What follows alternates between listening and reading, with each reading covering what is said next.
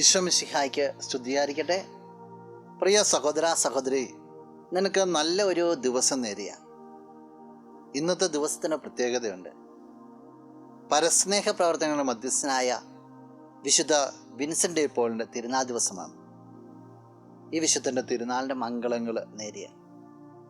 ഒപ്പം പരസ്നേഹത്തിൽ ആഴപ്പെടാൻ നിനക്ക് സാധിക്കട്ടെ എന്ന് പ്രാർത്ഥിക്കുന്നു.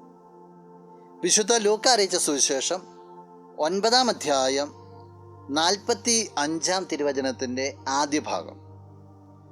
അവർക്ക് ഈ വചനം മനസ്സിലാക്കാൻ കഴിഞ്ഞില്ല. അവർക്ക് മനസ്സിലാക്കാൻ സാധിക്കാത്ത വിധം അതത്ര നിഗൂഢമായിരുന്നു. വചനം നിഗൂഢമായിരുന്നു എന്ന് പറയാം. ഏത് വചന? ഈശോയുടെ കുരിശിൻ്റെ വചന. ഈശോയുടെ മരണത്തെ, ഉത്ഥാനത്തെക്കുറിച്ചൊക്കെ ഈശോ പറഞ്ഞ കാര്യങ്ങളാണ് ശിഷ്യന്മാർക്ക് നിഗൂഢമായി തീർന്നത്. ദൈവിക രഹസ്യങ്ങൾ എപ്പോഴും നിഗൂഢമായിരിക്കും. അത് ദൈവത്തെ ധ്യാനിക്കുന്നവർക്കേ കിട്ടുള്ളൂ. അത് ദൈവത്തിലേക്ക് ഒട്ടിച്ചേർന്നിരിക്കുന്നവർക്കേ മനസ്സിലാക്കാൻ സാധിക്കുകയുള്ളൂ. അത് മനസ്സിലാക്കാൻ സാധിക്കുന്നവർക്കേ ജീവിതത്തിൽ കൊണ്ടുവരാൻ സാധിക്കുകയുള്ളൂ. വിൻസെൻ്റ് ഡി പോളിൻ്റെ കാലഘട്ടത്തിലൊക്കെ എത്ര പേരുണ്ടായിരുന്നു, അനേക കാര്യങ്ങളുണ്ടായിരുന്നിട്ടും ക്രിസ്തുവിൻ്റെ ആ സ്നേഹത്തിൻ്റെ ആഴം മനസ്സിലാക്കാൻ വിശുദ്ധ വിൻസെൻ്റ് ഡി പോളിനാണ് സാധിച്ചത്. അതാ പരസ്നേഹമായിട്ട് പെയ്തിറങ്ങിയത്. വചനം നിൻ്റെ മുമ്പിലുണ്ട്.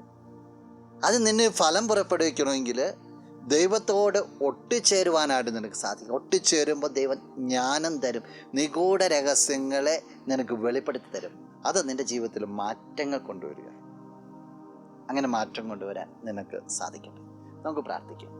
നമുക്ക് കണ്ണുകളടച്ച് കരങ്ങൾ കൂപ്പാം. നല്ലവനായ കർത്താവേ, നിന്നെ അങ്ങ് സ്തുതിക്കുന്നു, ആരാധിക്കുന്നു, മഹത്വപ്പെടുത്തുന്നു. ഈശോയെ, ഈ വ്യക്തിയെ പ്രത്യേകമായിട്ട് സമർപ്പിക്കുകയാണ്. നിന്റെ ജ്ഞാനം കൊണ്ട് നിറയ്ക്കണമെന്ന് പ്രാർത്ഥിക്കുന്നു. വചനത്തിൻ്റെ ആഴം മനസ്സിലാക്കുവാൻ, ജീവിതത്തിലേക്ക് കൂട്ടിക്കൊണ്ടുവരുവാനും പ്രത്യേകമായിട്ട് സഹായിക്കുന്നു.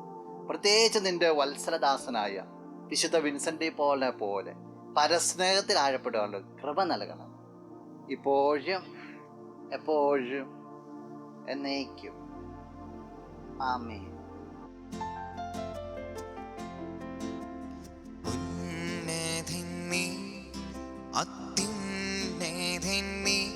അങ്ങേ പോലൊരു ദൈവമില്ല. ഉന്നതൻ നീ, അത്യുന്നതൻ നീ, അങ്ങേ പോലൊരു ദൈവമില്ല.